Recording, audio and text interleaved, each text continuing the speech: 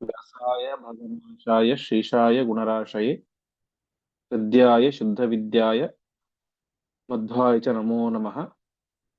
नारायणाय परिपूर्णगुणार्णवाय विश्वोदय स्थितिलयो नियतिप्रदाय ज्ञानप्रदाय विबुधा सुरसौख्यदुःखसत्कारणाय वितताय नमो नमस्ते। ಶ್ರೀಗುರುಭ್ಯೋ ನಮಃ. ಹರಿ ಓಂ. ಹಿಂದಿನ ಪಾಠದಲ್ಲಿ ನಾವು ನೋಡಿದಂತೆ ಜರಾಸಂಧನಿಗೆ ತುಂಬಾ ಬೇಸರ ಆಗ್ಬಿಡ್ತು. ಎಷ್ಟು ಮಾಡಿದರೂ ಕೂಡ ಕೃಷ್ಣನ ಮುಂದೆ ನಾವು ಸೋಲ್ತಾನೆ ಇದ್ದೀವಿ, ನಮ್ಮ ಪೌರುಷಕ್ಕೇನೆ ಧಿಕ್ಕಾರ ಇರಲಿ, ಧಿಗೇವ ಪೌರುಷಂ ಹಿನಃ ಯದೇಶ ನೋಜಯತ್ ಸದಾ ಅಂತ ಯಾವಾಗಲೂ ಕೂಡ ಕೃಷ್ಣನದ್ದೇ ಗೆಲುವಾಗ್ತಾ ಇದೆ. ನಾವು ಒಂದೇ ಒಂದು ಯುದ್ಧದಲ್ಲೂ ಕೂಡ ಗೆಲ್ತಾ ಇಲ್ಲ. ಇಷ್ಟೆಲ್ಲಾ ಜನರು ಮಹಾ ಪರಾಕ್ರಮಿಗಳು ಅಂತ ಇದ್ದೀವಿ, ನಮ್ಮೆಲ್ಲರ ಪೌರುಷಕ್ಕೆ ಧಿಕ್ಕಾರ ಇರಲಿ ಅಂತ ಒಂದು ರೀತಿಯ ಹತಾಶೆಯ ಮಾತುಗಳನ್ನು ಆಡ್ತಾ ಇದ್ದಾನೆ. ಇಂದು 67ನೇ ಶ್ಲೋಕದಿಂದಾಗಿ ಪ್ರಾರಂಭ. ಅಭೂಪತೇರ್ನಚಾಸನಂ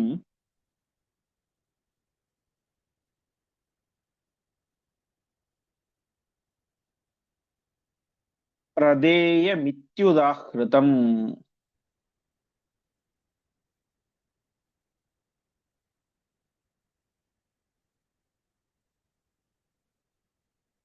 ಅಮುಷ್ಯನಸ್ತದನ್ಯಥಾ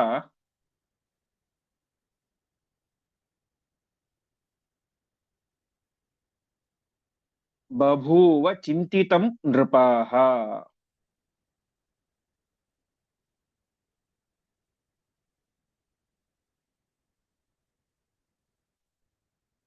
ಅಯಂ ನೃಪೋತ್ತಮಾಂಗಣೆ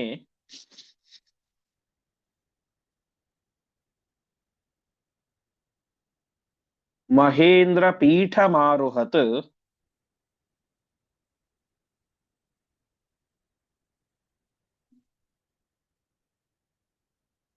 ಸಮಸ್ತ ರಾಜರಾಜತಾಂ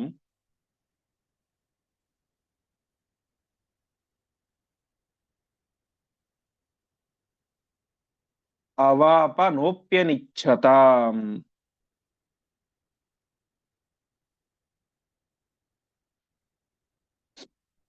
ಪದಚ್ಛೇದ. ಅಭೂಪತೇಃ ನ ಚ ಆಸನಂ ಪ್ರದೇಯಂ ಇತಿ ಉದಾಹೃತಂ. ಅಮುಷ್ಯ ನಃ ತತ್ ಅನ್ಯಥಾ ಬಭೂವ ಚಿಂತಿತಂ ನೃಪಾಃ. ಅಯಂ ನೃಪೋತ್ತಮಾಂಗಣೆ ಮಹೇಂದ್ರಪೀಠಂ ಆರುಹತ್ ಸಮಸ್ತ ರಾಜರಾಜತಾಂ ಅವಾಪ ನಃ ಅಪಿ ಅನಿಚ್ಛತಾಂ.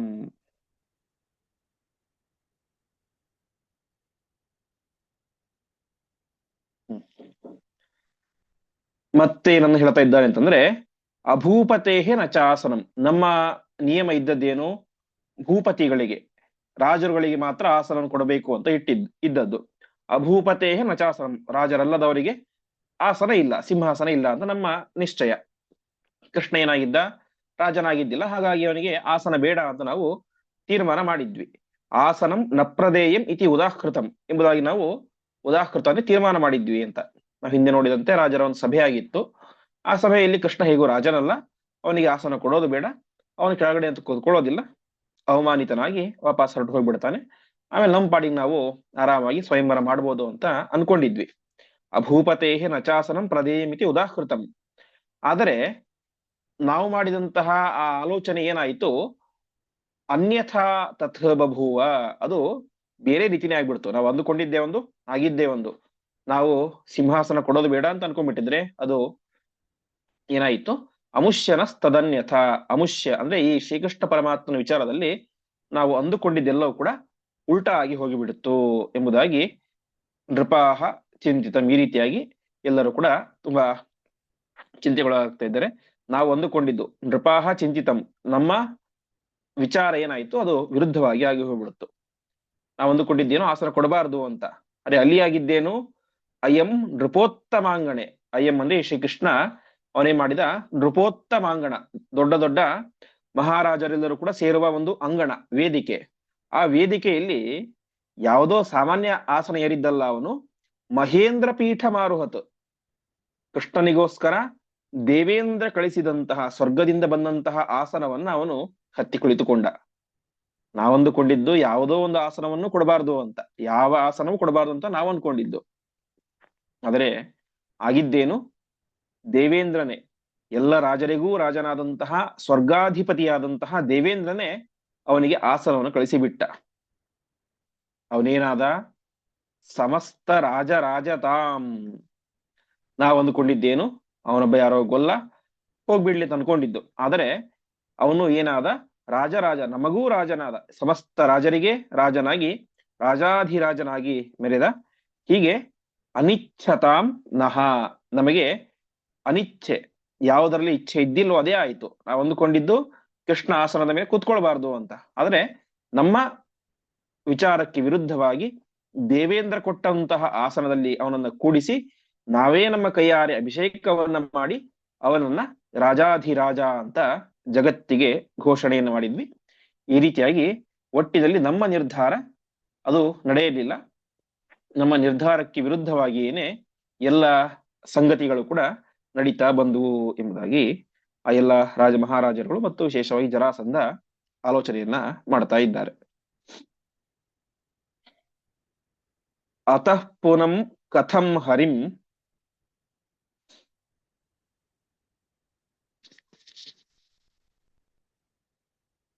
ವಯಂ ಜಯೇಮ ಚಿಂತ್ಯತಾಂ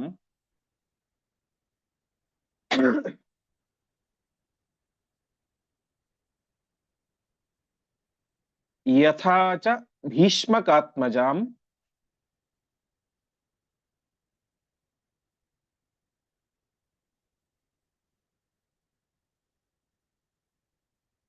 ಅವಾಪ್ನುಯಾಚ್ಚ ಚೇದಿರಾಟ್.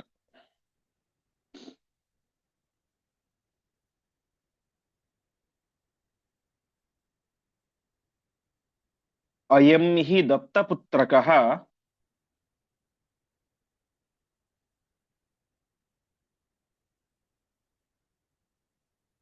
ಮಮೌರಸಾದ್ ವಿಶಿಷ್ಯತೆ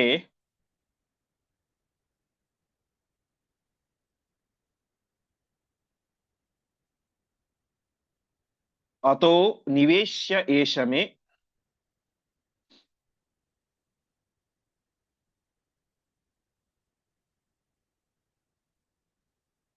ಸ್ವರೂಪಿಣಿ ಚ ರುಕ್ಮಿಣಿ.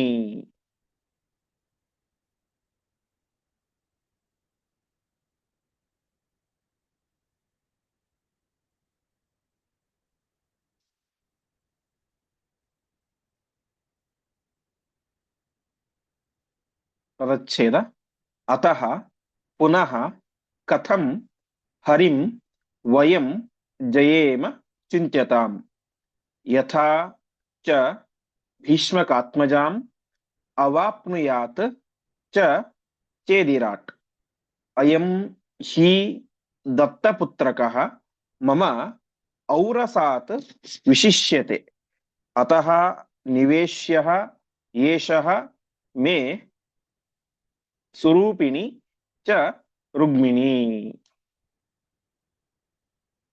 ಮತ್ತೆ ಜರಾಸಂಧ ಹೇಳ್ತಾ ಇದ್ದಾನೆ, ಇಷ್ಟೆಲ್ಲ ಆಗಿ ಹೋಗಿಬಿಟ್ಟಿದೆ ಈಗ.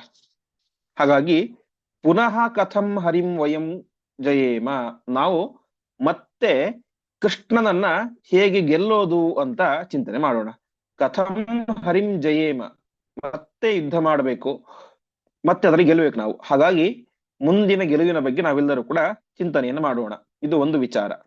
ಇನ್ನೊಂದು, ಭೀಷ್ಮಕಾತ್ಮಜಾಂ, ಭೀಷ್ಮಕನ ಮಗಳಾದಂತಹ ರುಕ್ಮಿಣಿ ದೇವಿಯನ್ನ ಚೇದಿರಾಟ್, ಚೇದಿ ದೇಶದ ಒಡೆಯನಾದ ಶಿಶುಪಾಲ ಅವನು ಹೇಗೆ ಅವಾಪ್ನಿಯಾತ್ ಪಡೆದಾನು ಎಂಬುದಾಗಿ ಈ ವಿಚಾರಗಳ ಬಗ್ಗೆ ನಾವು ಚಿಂತ್ಯತಾಂ, ಚಿಂತನೆ ಮಾಡೋಣ ಅಂತ ಜರಾಸಂಧ ಹೇಳ್ತಾ ಇದ್ದಾನೆ.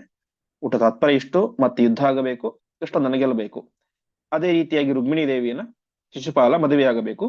ಈ ವಿಚಾರದ ಬಗ್ಗೆ ನಾವೆಲ್ಲರೂ ಕೂಡ ಗಮನ ಹರಿಸೋಣ ಅಂತ ಜರಾಸಂಧ ಹೇಳ್ತಾ ಇದ್ದಾನೆ. ಇನ್ನೊಂದು ವಿಶಿಷ್ಟವಾದಂತಹ ಮಾತನ್ನು ಹೇಳ್ತಾನೆ, ಈ ಶಿಶುಪಾಲ ಏನಿದ್ದಾನೆ ಅವನು ನನಗೆ ದತ್ತಪುತ್ರಕಃ, ದತ್ತುಪುತ್ರ. ಹಾಗಾಗಿ ಮಮ ಔರಸಾದ್ ವಿಶಿಷ್ಯತೆ, ಔರಸ ಪುತ್ರನಿಗಿಂತ, ಅರ್ಥಾತ್ ಜರಾಸಂಧನ ಮಗ ಸಹದೇವ ಅಂತ, ಆ ಸಹದೇವನಿಗಿಂತಲೂ ಕೂಡ ನನಗೆ ಇವನ ಮೇಲೆ ಜಾಸ್ತಿ ಪ್ರೀತಿ ಅಂತ. ಯಾಕೆಂತಂದ್ರೆ ದತ್ತುಪುತ್ರ ಅಂತಂದ್ರೆ ಅವನೇ ಬೇಕು ಅಂತ ಸೆಲೆಕ್ಟ್ ಮಾಡಿ ಸ್ವೀಕಾರ ಮಾಡಿರ್ತಾರೆ.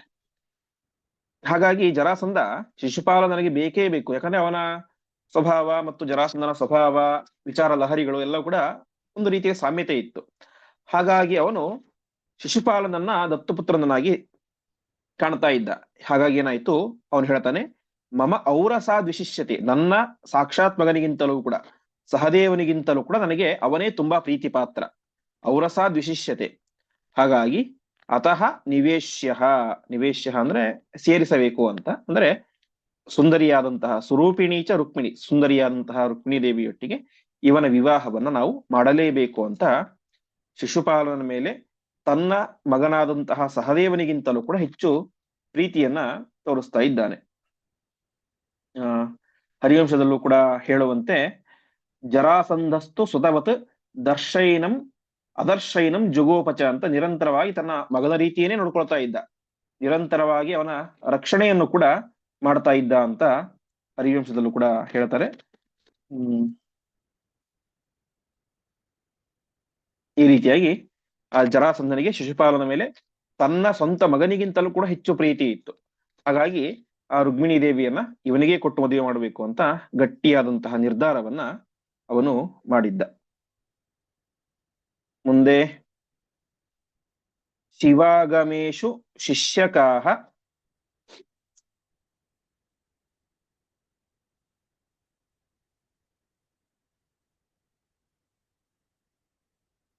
ಸರುಕ್ಮಿ ಸಾಲ್ವ ಪೌಂಡ್ರಕಾಹ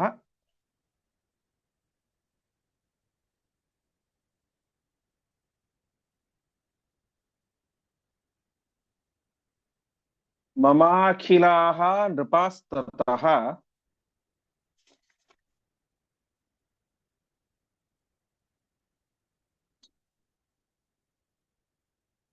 ಕುರುಧ್ವಮೇತದೇವ ಮೇ.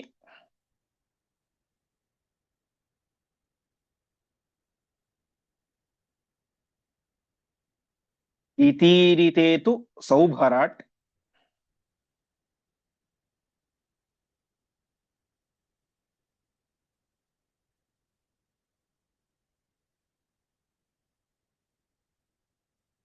ಜಗಾದ ರುಕ್ಮಿ ಸಂವಿದ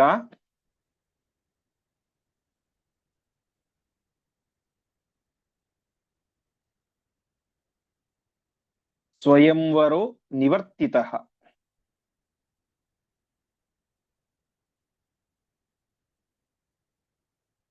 ಸ್ವಸಾರಮೇಷ ದಾಸ್ಯತಿ.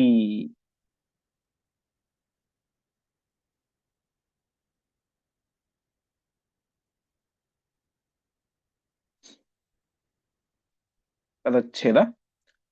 ಶಿವಾಗಮೇಶು ಶಿಷ್ಯಕಾಹ ಸರುಗ್ಮಿ ಸಾಲ್ವ ಪೌಂಡ್ರಕಾಹ ಮಮ ಅಖಿಲಾಹ ನೃಪಾಹ ತತಃ ಕುರುಧ್ವಂ ಏತತ್ ಏವ ಮೇ ಇತಿ ಈರಿತೆ ತು ಸೌಭರಾಟ್ ಜಗಾದ ರುಗ್ಮಿ ಸಂವಿದ ಸ್ವಯಂವರಃ ನಿವರ್ತಿತಃ ಸ್ವಸಾರಂ ಏಷಃ ದಾಸ್ಯತಿ. ಜರಾಸಂಧ ಹೇಳ್ತಾ ಇದ್ದಾನೆ, ನೀವೆಲ್ಲರೂ ಕೂಡ ನನಗೆ ಶಿಷ್ಯರು. ಯಾವುದರಲ್ಲಿ? ಶಿವಾಗಮೇಶು, ನಾನು ನಿಮಗೆಲ್ಲ ಶೈವ ಆಗಮಗಳನ್ನ, ಶೈವ ಶಾಸ್ತ್ರವನ್ನು ನಿಮಗೆ ನಾನು ಪಾಠ ಮಾಡಿದ್ದೇನೆ. ಹಾಗಾಗಿ ಈ ರುಗ್ಮಿ, ಸಾಲ್ವ, ಪೌಂಡ್ರಕ ಇವರೆಲ್ಲರೂ ಕೂಡ ನನಗೆ, ನೀವೆಲ್ಲರೂ ಕೂಡ ಶಿಷ್ಯರು. ಹಾಗಾಗಿ ಶಿಷ್ಯರಿಗೆ ಏನ್ ಮಾಡಬೇಕು? ಗುರುದಕ್ಷಿಣೆಯನ್ನು ಕೊಡಬೇಕು. ಹಾಗಾಗಿ ನಾನು ಕೇಳ್ತಾ ಇರುವಂತಹ ಗುರುದಕ್ಷಿಣೆ ಯಾವುದು ಅಂತಂದ್ರೆ ಏತತ್ ಕುರುಧ್ವಂ, ಇದನ್ನ ಮಾಡಿಕೊಡಿ. ಮಮಾಖಿಲಾಹ ನೃಪಸ್ತತಃ, ಎಲ್ಲ ರಾಜರು ಕೂಡ ಸೇರಿಕೊಂಡು ನನಗೆ ಈ ಒಂದು ಕಾರ್ಯವನ್ನು ನಡೆಸಿಕೊಡಬೇಕು. ಏನು? ಶಿಶುಪಾಲ ಮತ್ತು ರುಕ್ಮಿಣಿ ದೇವಿಗೆ ಮದುವೆಯನ್ನು ನಡೆಸಿಕೊಡಬೇಕು. ಇದೇ ನೀವು ನನಗೆ ಕೊಡುವಂತಹ ಗುರುದಕ್ಷಿಣೆ ಎಂಬುದಾಗಿ ಯಾವ ಜರಾಸಂಧ ಇವರಿಗೆ, ಆ ಎಲ್ಲ ರಾಜ ಮಹಾರಾಜರುಗಳ ಸಭೆಯಲ್ಲಿ ಹೇಳ್ತಾ ಇದ್ದಾನೆ. ಈ ರೀತಿಯಾಗಿ ಜರಾಸಂಧ ಹೇಳಿದಾಗ ಸೌಭರಾಟ್, ಸೌಭ ಸಾಲ್ವ ಒಂದು ಮಾತನ್ನ ಹೇಳಿದ. ಏನಂತ? ರುಕ್ಮಿ ಸಂವಿದ ಜಗಾದ, ಅವನಿಗೆ ರುಕ್ಮಿ ಏನೋ ಹೇಳು ಅಂತ ಹೇಳಿದ. ಅಂದ್ರೆ ರುಕ್ಮಿ ಜರಾಸಂಧನ ನಂತರ ಸ್ವಲ್ಪ ಹಿರಿಯ, ಅಂದ್ರೆ ಹೇಗಿದ್ದರೂ ಅವನದ್ದೇ ರಾಜ್ಯ, ಕುಣಿನಪುರವೇ ಅವನ ರಾಜ್ಯ. ಅಲ್ಲಿ ಇದ್ದಾನೆ ಮತ್ತು ಸ್ವಯಂವರ ಎಲ್ಲವೂ ಕೂಡ ರುಕ್ಮಿಯ ಒಂದು ನೇತೃತ್ವದಲ್ಲಿ ನಡೀತಾ ಇದೆ. ಹಾಗಾಗಿ ರುಕ್ಮಿ ಮತ್ತು ಸಾಲ್ವ ಎಲ್ಲರೂ ಕೂಡ ಮಾತನಾಡಿಕೊಂಡು ಒಂದು ಮಾತನ್ನ ಸಭೆಯಲ್ಲಿ ಪ್ರಸ್ತಾಪ ಮಾಡಬೇಕು ಅಂತ ಅಂದ್ಕೊಂಡ್ರು. ಹೀಗೆ ರುಕ್ಮಿಯ ಅಪ್ಪಣೆಯಂತೆ ಸಾಲ್ವ ಒಂದು ಮಾತನ್ನು ಜಗಾದ, ಹೇಳಿದ. ಏನಂತ? ಸ್ವಯಂವರ ನಿವರ್ತಿತ, ಸ್ವಯಂವರ ಕ್ಯಾನ್ಸಲ್ ಆಗಿದೆ, ರುಕ್ಮಿಣೀ ದೇವಿಯ ಸ್ವಯಂವರವನ್ನು ಕೈ ಬಿಡಲಾಗಿದೆ. ಮದ್ವೆ ಗತಿ ಏನು ಅಂತಂದ್ರೆ ಏಷಃ ಸ್ವಸಾರಂ ದಾಸ್ಯತಿ. ಈಗ ಸ್ವಯಂವರ ಮಾಡಿದರೆ ಅವರು ಇವರು 100 ಜನ ಬರ್ತಾರೆ, ಅದರಲ್ಲಿ ಆಪ್ಷನ್ಗಳು ಇರ್ತವೆ. ಈಗ ಸ್ವಯಂವರವನ್ನೇ ಬಿಟ್ಟು ಬಿಟ್ಟಿದೆ. ಮತ್ತೇನು ನೆಕ್ಸ್ಟ್? ಈ ರುಗ್ಮಿ ಸ್ವಸಾರಂ ದಾಸ್ಯತಿ, ತನ್ನ ತಂಗಿಯನ್ನ, ಸ್ವಸ ಅಂದ್ರೆ ತಂಗಿ, ಸ್ವಸಾರಂ ತಂಗಿಯನ್ನ, ರುಕ್ಮಿಣೀ ದೇವಿಯನ್ನ ತಾನೇನ್ ಮಾಡ್ತಾ ಇದ್ದಾನೆ?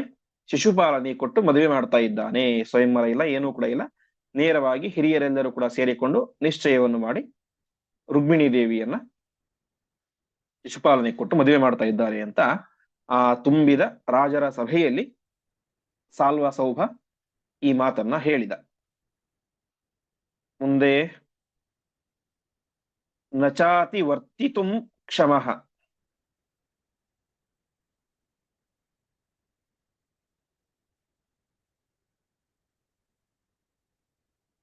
ಪಿತಾಸ್ಯ ಚೇದಿಪಾಯತಾಂ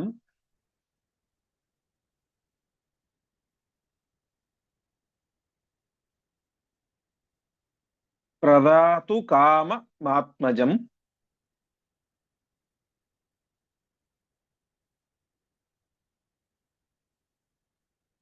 ವಯೋಗತಸ್ತಥಾವಲಃ.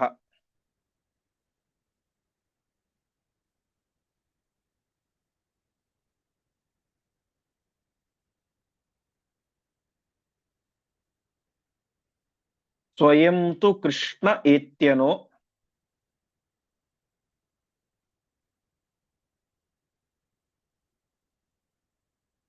ವಿಜಿತ್ಯ ಕನ್ಯಕಾಂ ಹರೇತ್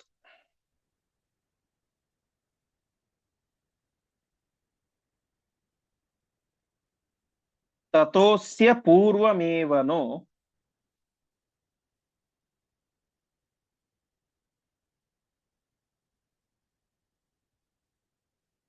ಯಭಾವತ ಕೃತಾ ಶುಭಾ.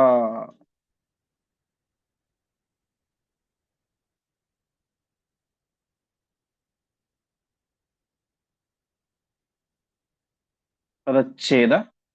ನ ಚ ಅತಿವರ್ತಿತುಂ ಕ್ಷಮಃ ಪಿತಾ ಅಸ್ಯ ಚೇದಿಪಾಯ ತಾಂ ಪ್ರದಾತು ಕಾಮಂ ಆತ್ಮಜಂ ವಯೋಗತಃ ತಥಾ ಅಬಲಃ. ಸ್ವಯಂ ತು ಕೃಷ್ಣಃ ಏತ್ಯ ನಃ ವಿಜಿತ್ಯ ಕನ್ಯಕಾಂ ಹರೇತ್ ತತಃ ಅಸ್ಯ ಪೂರ್ವಂ ಏವ ನಃ ಹಿ ಅಭಾವತ ಕೃತ ಶುಭಾ. ಸರಿ, ಈಗ ಮುಂದಿನ ಹೆಜ್ಜೆ ಏನು ಅಂತ. ಈಗ ಭೀಷ್ಮಕನಂತೂ ತೀರ್ಮಾನ ಮಾಡಿಬಿಟ್ಟಿದ್ದಾನೆ, ರುಕ್ಮಿಣಿಯನ್ನ ಕೃಷ್ಣನಿಗೆ ಕೊಟ್ಟು ಮದುವೆ ಮಾಡೋದು ಅಂತ. ಮತ್ತ ಅವನು ಅಡ್ಡ ಬರ್ತಾನಲ್ಲ ಅಂತ ಹೇಳಿ ಅದಕ್ಕೆ ಹೇಳ್ತಾ ಇದ್ದಾರೆ, ಚೇದೀಪಾಯ ತಾಂ, ಚೇದೀಪನಿಗೆ, ಶಿಶುಪಾಲನಿಗೆ ಮಗಳನ್ನು ಕೊಟ್ಟು ಮದುವೆ ಮಾಡಬೇಕು ಅಂತ ಈಗ ರುಗ್ಮಿ ತೀರ್ಮಾನ ಮಾಡಿದ್ದಾನೆ. ಅಸ್ಯ ಪಿತ, ಅವನ ತಂದೆಯಾದಂತಹ ಭೀಷ್ಮಕ ಅತಿವರ್ತಿತು ನಕ್ಷಮಃ, ಅತಿವರ್ತಿತು ಅಂದ್ರೆ ಮೀರ್ಲಿಕ್ಕೆ ಅಂತ, ರುಗ್ಮಿಯ ಮಾತನ್ನ ಮೀರ್ಲಿಕ್ಕೆ ಭೀಷ್ಮಕನಿಗೆ ಸಾಮರ್ಥ್ಯ ಇಲ್ಲ. ಯಾಕೆ ಅಂತಂದ್ರೆ ವಯೋಗತಃ, ಅವನಿಗೆ ತುಂಬಾ ವಯಸ್ಸಾಗಿಬಿಟ್ಟಿದೆ, ವೃದ್ಧನಾಗಿದ್ದಾನೆ. ಅದೇ ರೀತಿಯಾಗಿ ಅಬಲಹ, ದುರ್ಬಲನಾಗಿದ್ದಾನೆ. ಹಾಗಾಗಿ ವೃದ್ಧನಾಗಿರುವಂತಹ ಈ ಜೊತೆಗೆ ದುರ್ಬಲನೂ ಆಗಿರುವಂತಹ ಭೀಷ್ಮಕ ತಾನೇ ಮಾಡೋದಿಲ್ಲ. ಪ್ರದಾತು ಕಾಮಂ ಆತ್ಮಜಂ, ಪ್ರದಾತು ಕಾಮ, ಕೊಡಬೇಕು ಅಂತ ಇಚ್ಛೆ ಪಟ್ಟಿರುವಂತಹ ತನ್ನ ಮಗನನ್ನ ಮೀರ್ಲಿಕ್ಕೆ ಸಾಧ್ಯ ಇಲ್ಲ. ಒಟ್ಟಿನಲ್ಲಿ ಭೀಷ್ಮಕ ಈ ಒಂದು ನಿರ್ಧಾರಕ್ಕೆ ಅಡ್ಡ ಬರ್ಲಿಕ್ಕೆ ಸಾಧ್ಯ ಇಲ್ಲ. ಯಾಕಂದ್ರೆ ರುಗ್ಮಿ ಯುವಕನಾಗಿದ್ದಾನೆ, ಒಳ್ಳೆ ಬಲಿಷ್ಠನಾಗಿದ್ದಾನೆ. ಭೀಷ್ಮಕ ವೃದ್ಧನಾಗಿದ್ದಾನೆ, ದುರ್ಬಲನಾಗಿದ್ದಾನೆ. ಹಾಗಾಗಿ ಅವನ ಹೆದರಿಕೆಯಂತೂ ಈ ಕಾರ್ಯಕ್ಕೆ ಏನೂ ಕೂಡ ಇಲ್ಲ. ಅದರ ಬಗ್ಗೆ ಯಾರು ಕೂಡ ಚಿಂತನೆ ಮಾಡಬೇಡಿ. ಇನ್ನೊಂದೇನು ಹೆದರಿಕೆ ಇರೋದು ಅಂತಂದ್ರೆ, ಒಂದು ವೇಳೆ ಕೃಷ್ಣನೇ ಬಂದು ನಾಶ ಮಾಡಿದ್ರೆ ಏನ್ ಮಾಡೋದು ಅಂತ. ಸ್ವಯಂ ತು ಕೃಷ್ಣ, ಸಾಕ್ಷಾತ್ ಪರಮಾತ್ಮನೇ ಅಲ್ಲಿಗೆ ಬಂದು ನಹ ವಿಜಿತ್ಯ, ನಮ್ಮನ್ನು ಗೆದ್ದು ಈ ಕನ್ಯೆಯನ್ನ, ರುಕ್ಮಿಣಿ ದೇವಿಯನ್ನ ಅಪಹಾರ ಮಾಡ್ಕೊಂಡು ಹೋಗ್ಬಹುದು. ಅದಕ್ಕೆ ನಾವೇನ್ ಮಾಡ್ಬೇಕು ಅಂತಂದ್ರೆ, ಅಸ್ಯ ಪೂರ್ವಂ, ಕೃಷ್ಣ ಇಲ್ಲಿಗೆ ಬರೋದಕ್ಕಿಂತ ಮುಂಚೆಯೇನೆ ಅಭಾವತ ಕೃತ ಶುಭ, ಕೃಷ್ಣನ ಅಭಾವವನ್ನು ಮಾಡಬೇಕು. ಅರ್ಥಾತ್ ಕೃಷ್ಣನನ್ನೇ ನಾಶ ಮಾಡಿಬಿಡಬೇಕು, ಕೃಷ್ಣನ ಸಂಹಾರ ಮಾಡಬೇಕು. ಅದೇನಾಗುತ್ತೆ, ನಮಗೆ ಶುಭ, ಒಳ್ಳೇದಾಗುತ್ತೆ ಅಂತ. ಇಲ್ಲಿ ತನಕ ಕೃಷ್ಣ ದೊಡ್ಡವನು ಹಾಗೆ ಹೀಗೆ ಅಂತೆಲ್ಲ ಅನ್ಕೊಂಡಿದ್ರು. ಈಗ ಏನ್ ಮಾಡ್ತಾ ಇದ್ದಾರೆ, ತಮಗೆ ಯಾವಾಗ ಅದು ಮುಳುವಾಯಿತೋ ಕೃಷ್ಣನನ್ನೇ ಮುಗಿಸಿ ಬಿಡಬೇಕು ಎನ್ನುವಂತಹ ಆಲೋಚನೆಯನ್ನ ಆ ಎಲ್ಲ ದುಷ್ಟರಾದಂತಹ ರಾಜರು ಕೂಡ ಮಾಡ್ತಾ ಇದ್ದಾರೆ. ಹೀಗೆ ರುಕ್ಮಿಣಿ ದೇವಿಯ ಸ್ವಯಂವರ ಅಲ್ಲಿಗೆ ನಿಂತುಕೊಂಡು ಮುಂದೆ ವಿವಾಹವನ್ನೇ ಮಾಡುವಂತಹ ಕೆಲಸಕ್ಕೆ ಎಲ್ಲರೂ ಕೂಡ ಕೈ ಹಾಕಿದರು.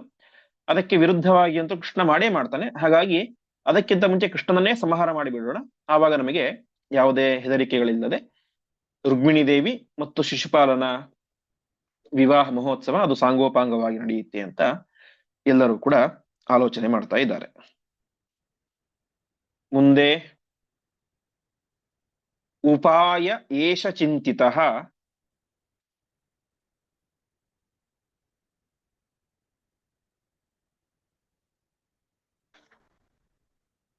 ಮಯಾತ್ರ ಮಾಗಧೇಶ್ವರ.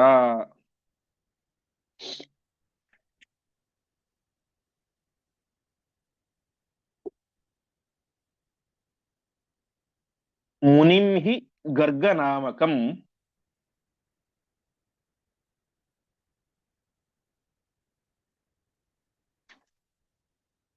ಹ್ಯಮುಷ್ಯ ಶಾಲ ಆಕ್ಷಿಪತ್.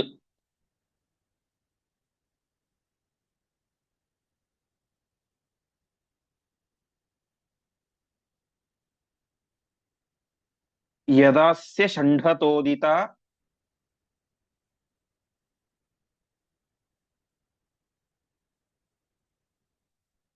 ಮುನೇಃ ಪುರೋಹಿತಸ್ಯ ಚ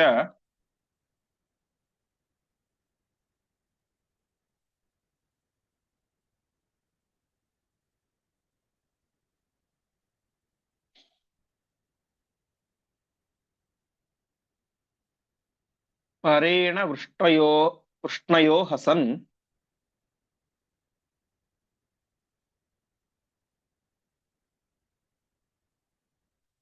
ಚುಕೂಪ ಗರ್ಗ ಏಷು ಹಿ.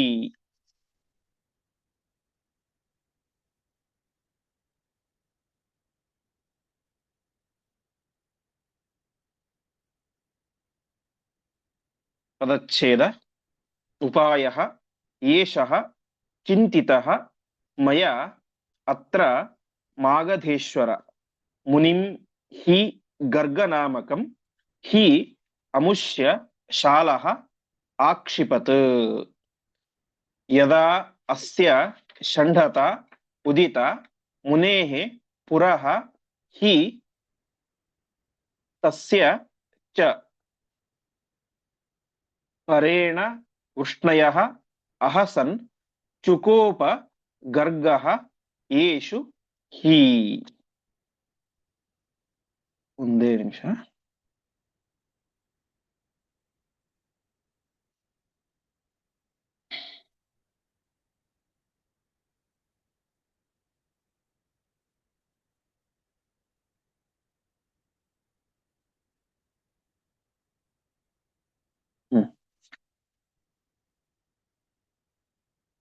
ಇಲ್ಲಿ ಎರಡು ರೀತಿ ಕೂಡ ಪದಚ್ಛೇದವನ್ನು ಮಾಡಿದ್ದಾರೆ. ಅಂದ್ರೆ ಮುನೇಹೆ ಪುರೋಹಿತಸ್ಯ ಚ ಅಂತ ಒಂದು ಪದಚ್ಛೇದ, ಒಂದು ಮುನೇಹೆ ಪುರಃ ಹಿ ತಸ್ಯ ಅಂತ ಎರಡು ರೀತಿ ಪದಚ್ಛೇದವು ಕೂಡ ವ್ಯಾಖ್ಯಾನದಲ್ಲಿ ಹೇಳಿದೆ. ಒಟ್ಟಿನಲ್ಲಿ ಹಿಂದೆ ನಾವು ಕೇಳಿದಂತೆ ಕೃಷ್ಣನ ನಾಶ ಮಾಡಬೇಕು ಅಂತ ಪ್ರತಿಯೊಬ್ಬರು ಕೂಡ ತೀರ್ಮಾನ ಮಾಡಿದರು. ಸರಿ, ನಾಶ ಮಾಡೋದು ಹೇಗೆ? ಕೃಷ್ಣ ಏನು ಸಾಮಾನ್ಯನ? ನಮ್ಮೆಲ್ಲರನ್ನೂ ಕೂಡ ಒಂದೇ ಏಟಿಗೆ ಕೊಲ್ಲುವಂತಹ ಸಾಮರ್ಥ್ಯ ಆ ಶ್ರೀಕೃಷ್ಣ ಪರಮಾತ್ಮನಿಗೆ ಇದೆ. ಹಾಗಾಗಿ ನಾವೇನ್ ಮಾಡ್ಬೇಕು ಅಂತ ಎಲ್ಲರೂ ಆಲೋಚನೆ ಮಾಡ್ತಾ ಇರ್ಬೇಕಾದ್ರೆ ಅದೇ ಸಾಲ್ವ ಒಂದು ಮಾತನ್ನ ಹೇಳ್ತಾ ಇದ್ದಾನೆ. ಏನಂತ, ಮಾಗಧೇಶ್ವರ, ಮಗಧದ ರಾಜನಾದಂತಹ ಜರಾಸಂಧನೆ, ನನ್ನ ಹತ್ರ ಒಂದು ಉಪಾಯ ಇದೆ ಅಂತ ಆ ಉಪಾಯವನ್ನ ಹೇಳ್ತಾ ಇದ್ದಾನೆ. ಏನ್ ಉಪಾಯ ಅಂತಂದ್ರೆ, ಮುನಿಂಹಿ ಗರ್ಗ ನಾಮಕಂ, ಗರ್ಗಾಚಾರ್ಯರು ಅಂತ ಋಷಿಗಳು, ಹಿಂದೆ ನಾವು ಕೇಳಿದ್ದೇವೆ, ಕೃಷ್ಣನ ನಾಮಕರಣವನ್ನು ಕೂಡ ಗೌಪ್ಯವಾಗಿ ಬಂದು ಮಾಡಿಕೊಟ್ರು ರಾಜರಿಗೆ ಉಚಿತವಾದಂತಹ ರೀತಿ ಅಂತೆಲ್ಲ ಕೇಳಿದ್ದೇವೆ. ಆ ರೀತಿಯಾಗಿ ಗರ್ಗ ಎನ್ನುವಂತಹ ಋಷಿಗಳು ಗರ್ಗಾಚಾರ್ಯರಿದ್ದರು. ಆ ಗರ್ಗಾಚಾರ್ಯರೆಂಬಂತಹ ಋಷಿಯನ್ನ ಅಮುಷ್ಯ ಶಾಲಹ ಅಕ್ಷಿಪತ್. ಆ ಗರ್ಗಾಚಾರ್ಯರ ಶಾಲ ಅಂದ್ರೆ ಭಾವಮೈದುನ ಹೆಂಡತಿಯ ಸಹೋದರ ಒಂದು ಸಲ ಅಪಹಾಸ್ಯ ಮಾಡಿದ ಅವನನ್ನ. ಏನಂತ ಮಾಡಿದ? ಯದಾಸ್ಯ ಷಂಡತೋದಿತ. ವಾಸ್ತವಿಕವಾಗಿ ಗರ್ಗಾಚಾರ್ಯರು ಮದುವೆಯಾಗಿದ್ದರು, ಆದರೆ ಸ್ವಲ್ಪ ಕಾಲ ಬ್ರಹ್ಮಚರ್ಯ ವ್ರತವನ್ನ ಮಾಡ್ತಾ ಇದ್ರು. ಹಾಗಾಗಿ ಇನ್ನು ಸಂತಾನ ಆಗಿರ್ಲಿಲ್ಲ. ಆವಾಗ ಯಾವ ಗರ್ಗಾಚಾರ್ಯರೇ ಹೆಂಡತಿಯ ತಮ್ಮ ಅಪಹಾಸ್ಯ ಮಾಡ್ತಾನೆ ಅಂತೆ, ನೀವೊಬ್ಬ ಷಂಡ ಅಂತ. ತನ್ನ ಅಕ್ಕನ ಗಂಡನನ್ನ ನೀನೊಬ್ಬ ನಪುಂಸಕ ಅಂತ ಅಪಹಾಸ್ಯ ಮಾಡಿಬಿಡ್ತಾನೆ. ಮುನೇಹೇ ಪುರೋಹಿತಸ್ಯ ಚ. ಅವರು ಪುರೋಹಿತರು ಕೂಡ ಆಗಿದ್ರು, ದೊಡ್ಡ ಋಷಿಗಳು ಆಗಿದ್ದರು. ಅಂತಹ ಅವರನ್ನ ನೇರವಾಗಿ ತಾನೇ ಮಾಡಿದ, ಸ್ವತಃ ಹೆಂಡತಿಯ ತಮ್ಮನೇನೆ ನೀನೊಬ್ಬ ಷಂಡ ಅಂತ ಗರ್ಗಾಚಾರ್ಯರನ್ನ ಅಪಹಾಸ ಮಾಡಿಬಿಟ್ಟ. ಆ ಸಂದರ್ಭದಲ್ಲಿ ಏನಾಯ್ತು? ಪರೇಣ ವೃಶ್ಚಯೋ ಹಸನ್. ಆವಾಗ ಎಲ್ಲ ಯಾದವರು ಕೂಡ ನಕ್ಕು ಬಿಟ್ರು ಎಂಬುದಾಗಿ ತಿಳಿಸ್ತಾ ಇದ್ದಾರೆ. ಕೃಷ್ಣನು ಕೂಡ ಇದ್ದ. ಆ ಕೃಷ್ಣನ ಇದ್ದಂತ ಸಂದರ್ಭದಲ್ಲಿ ಎಲ್ಲ ಯಾದವರು ಕೂಡ ಅಲ್ಲಿ ಅಹಸನ್ ನಕ್ಕು ಬಿಟ್ಟರು. ಆವಾಗ ಏನಾಯ್ತು? ಗರ್ಗಃ ಯೇಷು ಚುಕೋಪ. ಗರ್ಗಾಚಾರ್ಯರಿಗೆ ಶ್ರೀಕೃಷ್ಣ ಗರ್ಗಾಚಾರ್ಯರಿಗೆ ಅಲ್ಲಿ ಸಿಟ್ಟು ಬಂತು ಎಂಬುದಾಗಿ ಹೇಳ್ತಾ ಇದ್ದಾರೆ. ಅಂದ್ರೆ ಒಟ್ಟು ತಾತ್ಪರ್ಯ ಇಷ್ಟು, ಅವನ ಅಪಹಾಸ್ಯ ಅಂತೂ ಮಾಡಿದ ಯಾರೋ ಗರ್ಗಾಚಾರ್ಯ ಭಾವಮೈದುನ. ಆವಾಗ ಕೃಷ್ಣ ಮತ್ತು ಯಾದವರೆಲ್ಲರೂ ಕೂಡ ಇದ್ರು. ಆವಾಗ ಯಾದವರು ಜೋರಾಗಿ ನಕ್ಕು ಬಿಟ್ರು ಅಂತೆ. ಸರಿ, ಅದಕ್ಕೆ ಕೃಷ್ಣನ ಮೇಲೆ ಯಾಕೆ ಸಿಟ್ಟು ಬಂತು ಅಂತಂದ್ರೆ ಗರ್ಗಾಚಾರ್ಯರಿಗೆ ಇವರಿಗೆಲ್ಲ ಕೃಷ್ಣನ ಬಲ ಇದೆ, ಏನಾದ್ರೂ ಯಾರಾದ್ರೂ ನಮ್ಮನ್ನು ಮಾಡಿದ್ರೆ ಕೃಷ್ಣ ಎದುರಿಸ್ತಾನೆ ಅಂತ ಕೃಷ್ಣನ ಮೇಲಿನ ನಂಬಿಕೆಯಿಂದಾಗಿ ಇವರೆಲ್ಲರೂ ಈ ರೀತಿಯಾಗಿ ನನಗೆ ಅಪಹಾಸ್ಯವನ್ನು ಮಾಡಿದರೆ ನಗ್ತಾ ಇದ್ದಾರೆ ಎಂಬುದಾಗಿ ಕೃಷ್ಣನ ಮೇಲೆ ಸಿಟ್ಟು ಬಂತು ಅಂತೆ. ನಕ್ಕಿದ್ದು ಯಾದವರೆಲ್ಲರೂ ಕೂಡ, ಆದರೆ ಸಿಟ್ಟು ಬಂದಿದ್ದು ಯಾವ ಕೃಷ್ಣನ ಮೇಲೆ. ಹಾಗಾಗಿ ಗರ್ಗಾಚಾರ್ಯರಿಗೆ ಭಾರಿ ಸಿಟ್ಟು ಬಂತು. ಮುಂದೆ ಚಕಾರ ಚ ಪ್ರತಿಶ್ರವಂ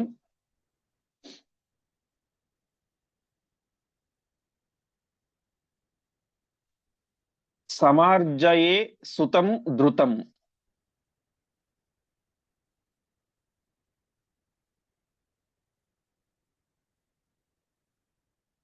ಅಕೃಷ್ಣತಾಂ ತು ಆನಯೇತ್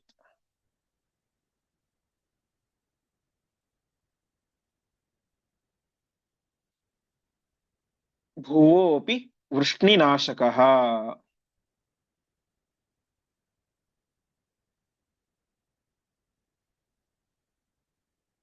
ಯತೋ ಹಿ ಕೃಷ್ಣ ಸಂಶ್ರಯಾತ್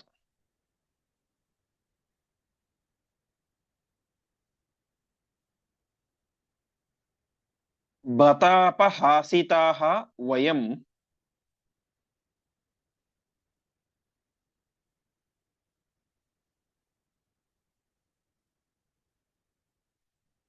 ಇತಿ ಬ್ರುವನ್ ವನಂ ಯಯೌ.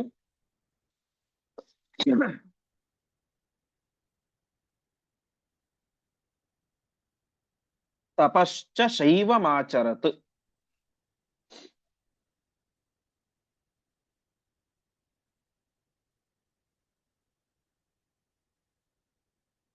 ಪದಚ್ಛೇದ.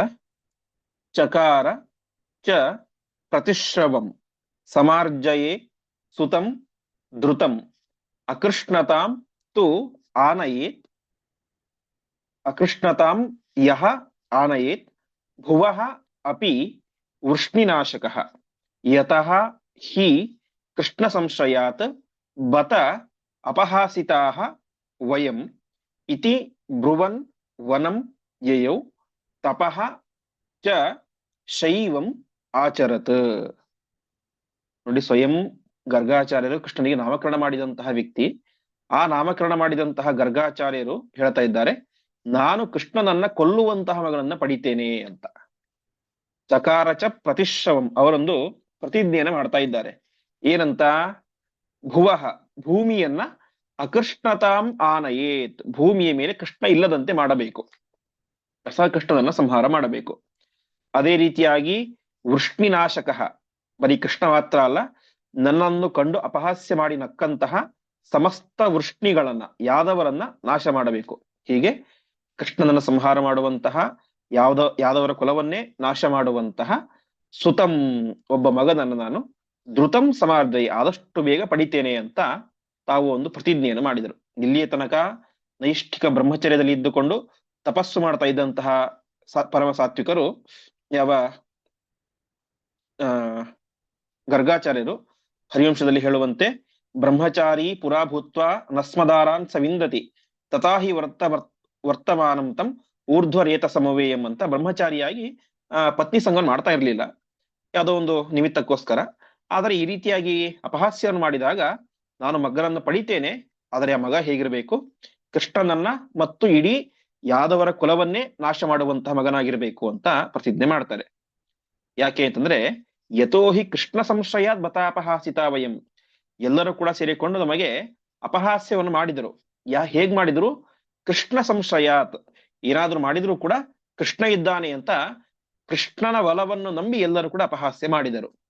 ಹಾಗಾಗಿ ನಾನು ಕೃಷ್ಣನನ್ನು ಕೂಡ ಸಂಹಾರ ಮಾಡುವಂತ ಮಗನನ್ನ ಪಡಿತೇನೆ ಅಂತ ಆ ಗರ್ಗಾಚಾರ್ಯರು ತಾವು ವನಂ ಯಯೋ, ಕಾಡಿಗೆ ಹೋಗಿ ತಪಶ್ಚ ಶೈವಮಾಚರತ್, ರುದ್ರದೇವರನ್ನು ಕುರಿತು, ಶಿವನನ್ನು ಕುರಿತು ತಪಸ್ಸನ್ನ ಮಾಡಿದರು. ಕೃಷ್ಣನನ್ನು ಸಂಹಾರ ಮಾಡುವಂತಹ ಮತ್ತು ಸಮಸ್ತ ಯಾದವರನ್ನು ಕೂಡ ನಾಶ ಮಾಡುವಂತಹ ಮಗನನ್ನ ಪಡಿಬೇಕು ಅಂತ ಆ ಗರ್ಗಾಚಾರ್ಯರು ತಪಸ್ಸು ಮಾಡ್ಲಿಕ್ಕೆ ಅಂತ ಕಾಡಿ ಹೊರಟರು ಎಂಬುದಾಗಿ ತಿಳಿಸ್ತಾ ಇದ್ದಾರೆ. ಮತ್ತೆ ಮುಂದೆ ಅದು ತಪಸ್ಸು ಹೇಗೆ ನಡೆಯಿತು, ಅಲ್ಲಿ ಹುಟ್ಟಿದಂತಹ ಮಗ ಯಾರು ಎನ್ನುವಂತ ವಿಚಾರವನ್ನ ನಾಳೆಯ ಪಾಠದಲ್ಲಿ ನೋಡೋಣ ಎಂಬುದಾಗಿ ಹೇಳ್ತಾ ಇಂದಿನ ಪಾಠವನ್ನು ಶ್ರೀಕೃಷ್ಣಾರ್ಪಣಮಸ್ತು. ನಮಸ್ಕಾರ ಆಚಾರ್ಯ. ನಮಸ್ಕಾರ. ನಮಸ್ತೆ ಗುರುಗಳೇ. ನಮಸ್ಕಾರ ಗುರುಗಳೇ.